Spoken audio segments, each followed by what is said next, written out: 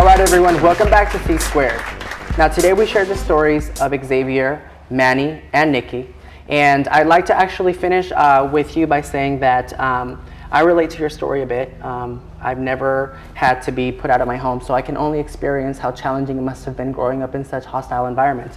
I relate to your story because I too have a gay brother as well, and I lack the acceptance of my father.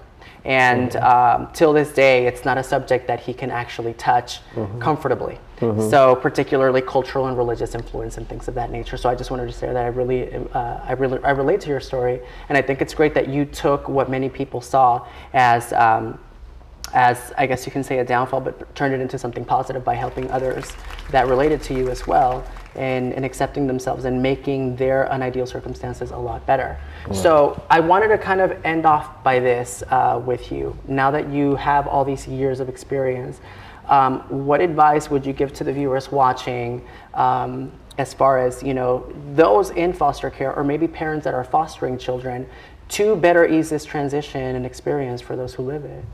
Well, number one, for those who are in the system, one of the things that needs to happen is that when they come out and when they're out and they have that struggle with their family, the thing is to really work on yourself and to be comfortable and strong within yourself. Develop your self-esteem. Be strong enough so that if you do have to step out on your own, you have the ability to do that and not fall to things such as drugs, you know, prostitution, things like that, out of a need of that loss that you have in your life. And we talk about that when we talk about people just coming out in general, is that when you're ready to come out, you have to be ready that somebody might accept you or they may totally reject you. So we never push people to come out until they're ready. If you're ready at that point, and you can say, I can stand on my own if you want to push me away, but I can accept you. If you're ready to accept me, I'm ready for that as well. So that's really what it's all about, is to work on the self so that you can be strong within yourself no matter what you're going to face out there in the world. And then to realize that there are other people out there like you that can connect with you. So don't have any despair about that. And for the parents, the ones that I talk with and the ones that I encounter, I tell them that the bottom line is that is your child. If you love your child, no matter, you don't have to change. I tell all the parents that I have in therapy, I'm not trying to change your belief, whether it's religious or otherwise, but you have to get to a place to where you can relate to your child in a loving fashion, because that has nothing to do with what your belief system is. If that's your child and you love them and you want them to have a bright future, then you're going to embrace them in a way that lets them know that they're cared about, because that parental love is really, truly important. It's one of the foundations of becoming an adult. Correct. You're very, very true. Now, for you two, I know that you guys already mentioned that you guys work as mentors. So, for the viewers watching that feel that they relate to your story, what would you guys say to them, Manny? You know, I would just say, continue to live life and just try to succeed. I believe each and every foster youth that are here in the United States are destined for great things, and they need to live to succeed and succeed to live, and just. I know the struggle is hard and it's difficult, but with the right support and the right love, they're able to do anything in life if they just work for it. And Nikki? The biggest thing that helped me get through being in the system was discovering my passion, what I love to do. My passion is to dance. I love dancing. I'm always dancing. You'll always find me dancing. Oh, we saw you in the background. But I know for a lot of youth, a lot of them are really poetic. A lot of youth that I work with, they are great with their words. Some of them are talented with their voices. And I know with me, when I'm dancing, everything that's wrong in my life is gone.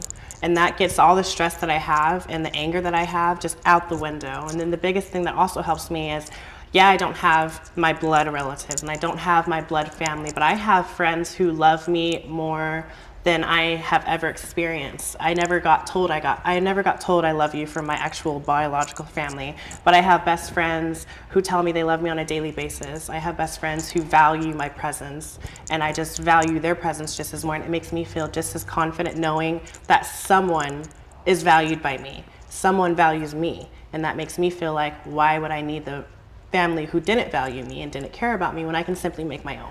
Exactly, and that is very true. But you have to understand that that can be a little difficult for someone. So really quickly, how can people find this support? I think there's lack of resources. So, you know, there's a lot of change that needs to happen in our foster care system, and only in time will change come. Okay, so basically just with their peers and being able to find that support with them, right? Also, joining things like at your local high school. I know I joined GSA and that helped me grow. Gay Student Alliance, it was a huge thing because I was the only transgender at my school. And so it was really weird being the only transgender, but being in that group made me feel like I had purpose. And I feel like that's a good thing to do, is be a part of something. Yeah, that is very true. I'd like to take this time to thank all of you guys, and please, those at home, make sure you guys keep on tuning in because I'm going to come back with the final thought in the C-Squared challenge, all right? Thank you guys.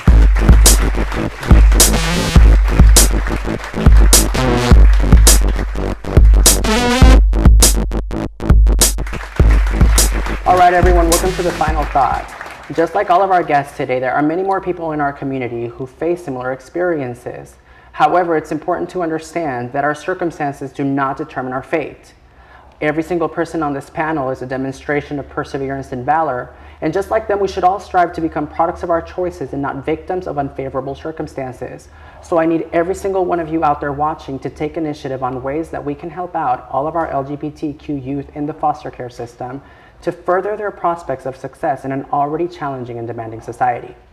So that was our show for today. I really want to thank you guys all for watching. Make sure you guys visit our Facebook page and like it at facebook.com/rated C-Squared, where you can also find information about today's topic, and go ahead and share your story with us. Until next time, I'm Jose Amador, and this is C-Squared. Whoever could we ever could we be? I can never be nothing but authentically me. If you're looking for a place to have crucial conversation, no longer have to fear, cause you can have them here, here.